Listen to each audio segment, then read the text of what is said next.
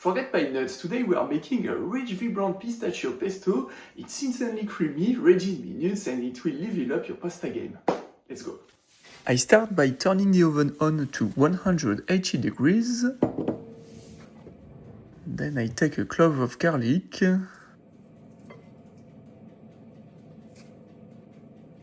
I cut it in half and I check the sprout, and yeah, it's okay, I won't remove the sprout this time. I'm going to roast my pistachios into the oven during 15 minutes, and then I prepare the basil.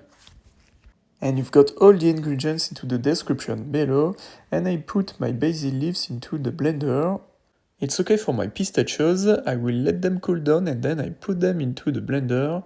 I add the garlic too. I add the olive oil too.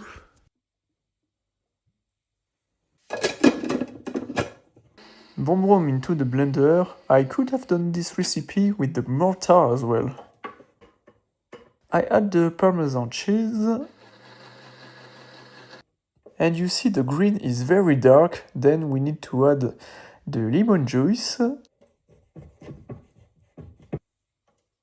Just like that. Yeah, that's the texture and the color you want. If not, then add more olive oil. Perfect. I give it a little salt.